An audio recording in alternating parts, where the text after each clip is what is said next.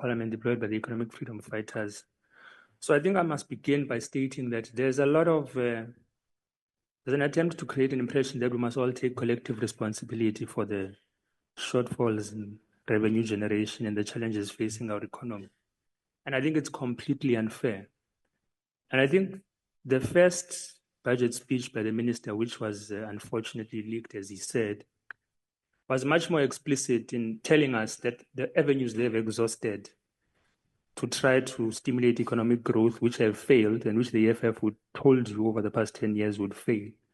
Because in your attempt to ring fence us and corner us into only using an increase to VAT as an option, you mentioned that we cannot continue to pursue the route of budget cuts to critical services, which is essentially austerity, which we warned you against.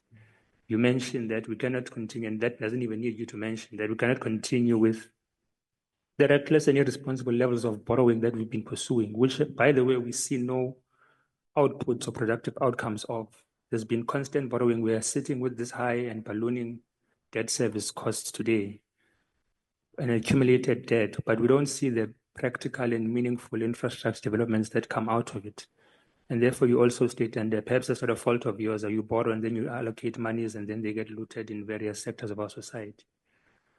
But we can't continue to pursue that route. And that was also approaches that were pursued by National Treasury's planning, which have failed. And now we're sitting with ballooning debt service costs. Now we're left with taxation as an option. And we want to tell you it is also going to be a failure because taxation cannot stimulate economic growth and it cannot be your approach to sort of determine how you're going to resolve your expenditure costs. It's not sustainable. So there's no long-term framework of how you're going to generate revenue. And it's as if all of these items are new expenditure items. The social relief distress grant is not a new expenditure item. Health is not a new expenditure item. Education is not a new expenditure item.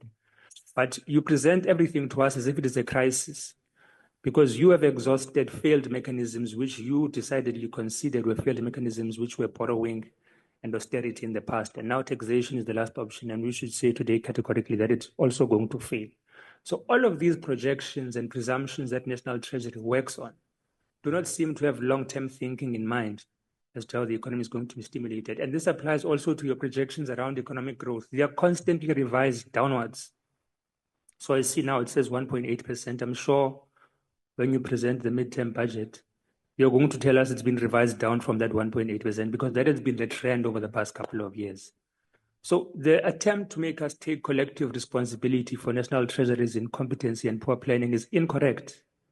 And the attempt to make us, to blackmail us into a corner that we all have to take these trade-offs in order for people to receive services, whether it's health or education, it's trade-offs that are consequences of poor fiscal planning. And that poor fiscal planning is not a resultant of collective responsibility of parliamentarians or the people of South Africa. So I needed to state that point. And you continue with these presumptions because Operation Vulindlela presumes that the private sector is going to meaningfully stimulate and grow the economy. You've introduced credit guarantees to them that protects them from risk.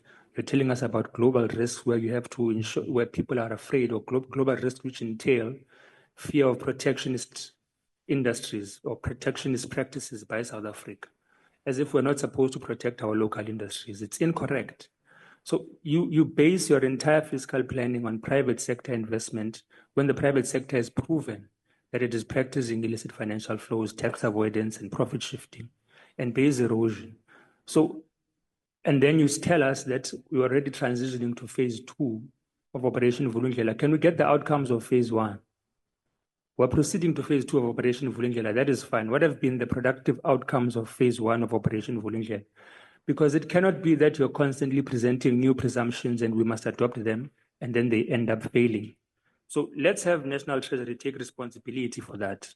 What have been the outcomes of the excessive borrowing that now we're sitting with debt service costs? Tell South Africans, why do we have such high debt service costs and how has that impacted on their lives productively? We can have debt, we accept that.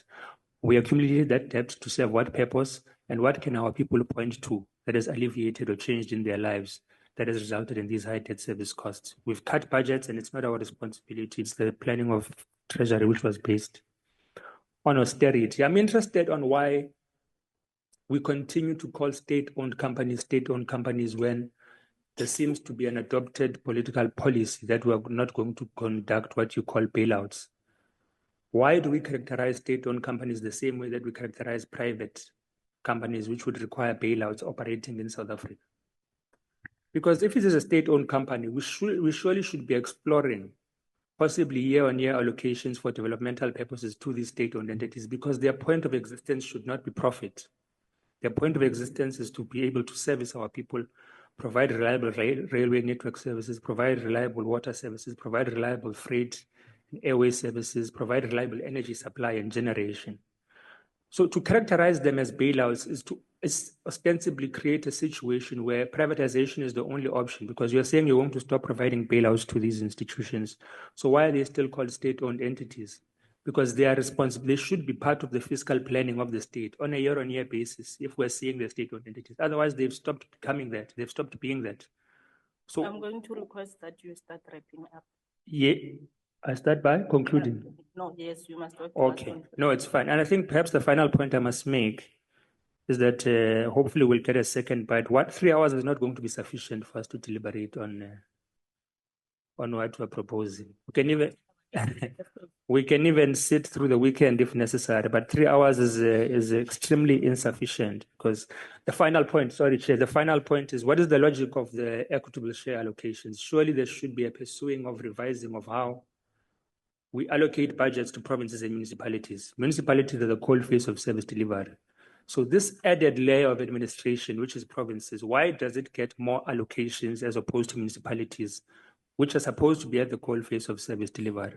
I think we're curious about that, and perhaps we should think about reviewing that, and hopefully we'll get a second bite. Thank you, Chair.